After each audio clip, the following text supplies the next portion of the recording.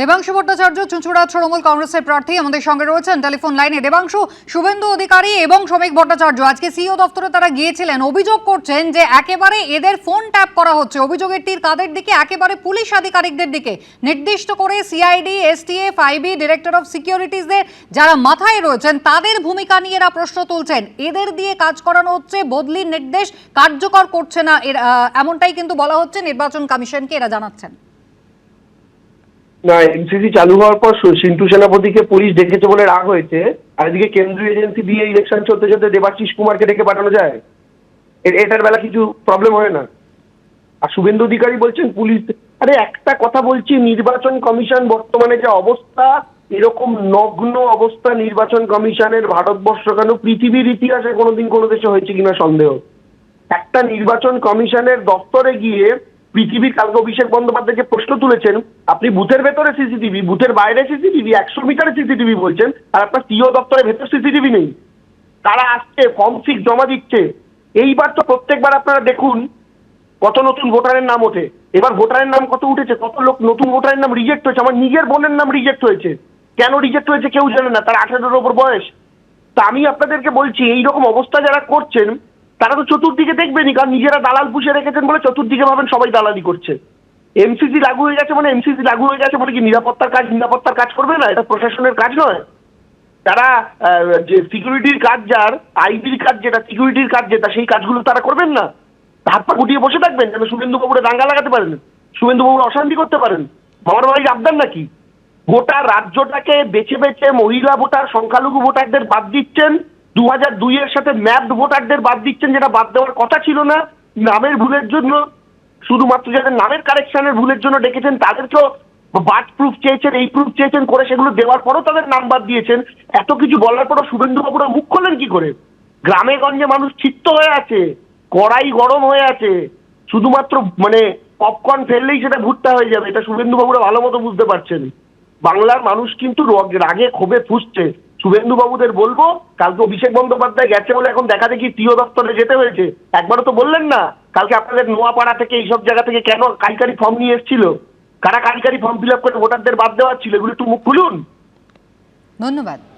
চাপের পাল্টা চাপ তৈরির কৌশল নিল বিজেপি। গতকাল অভিষেক বন্দ্যোপাধ্যায় গেছিলেন সিইও দপ্তরে, এবার শুভেন্দু অধিকারী গেলেন নালিশ জানাতে সিইও দপ্তরে। সরাসরি মুখ্যমন্ত্রী মমতা বন্দ্যোপাধ্যায়ের বিরুদ্ধে নালিশ জানালেন তিনি। শুভেন্দু অধিকারী বলছেন সরাসরি খুনের হুমকি দিচ্ছেন মমতা বন্দ্যোপাধ্যায়, কেন তার বিরুদ্ধে ব্যবস্থা নেওয়া হবে না, এই অভিযোগ নিয়ে সরাসরি সিইও দপ্তরে গিয়ে নালিশ জানালেন শুভেন্দু অধিকারী। গতকাল আপনারা জানেন যে অভিষেক বন্দ্যোপাধ্যায় গেছিলেন সিইও দপ্তরে। বিজেপি সিইও দপ্তরের উপর চাপ তৈরির চেষ্টা করছে, ফর্ম 6 নিয়ে ভোটার লিস্টে কারচুপি করার চেষ্টা হচ্ছে বলে অভিযোগ করেছিলেন অভিষেক বন্দ্যোপাধ্যায়। আজ পাল্টা শুভেন্দু অধিকারী গেলেন সরাসরি মুখ্যমন্ত্রীর নামে নালিশ জানাতে।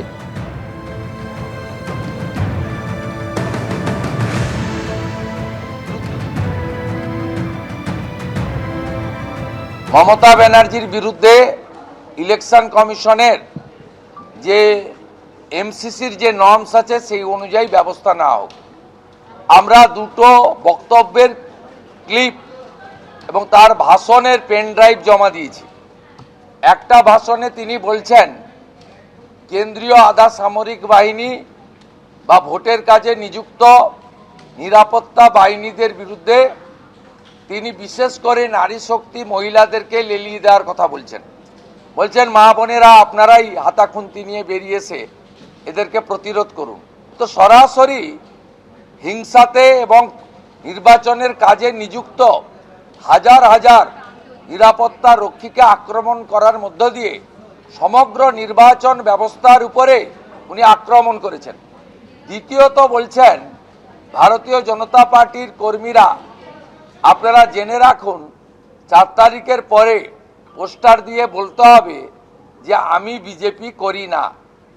2021 সালে পোস্ট পোল ভায়োলেন্সের নেতৃত্ব দেওয়া মমতা বন্দ্যোপাধ্যায় তিনি আবার নতুন করে বিশ্বের সর্ববৃহৎ রাজনৈতিক দল যারা দেশ চালাচ্ছে, 21টা রাজ্য চালাচ্ছে, এই রাজ্যের প্রধান এবং একমাত্র বিরোধী দল, 2,33,00,000 মানুষের সমর্থন পাওয়া দল, তার কর্মী সমর্থকদেরকে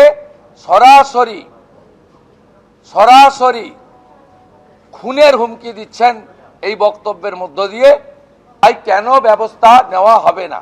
রাহুল সিনহা থেকে অভিজিৎ গাঙ্গুলি সকলের বক্তব্যের মিসকোট করে তৃণমূল অভিযোগ করলে আপনারা কাউকে 3 দিন, কাউকে 2 দিন, কাউকে 1 দিন নির্বাচন প্রচারে ব্যান করে দেন।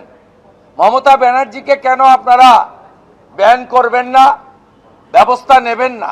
তিনি কি আইনের ঊর্ধ্বে? এবিপি আনন্দ, এগিয়ে থাকে, এগিয়ে রাখে।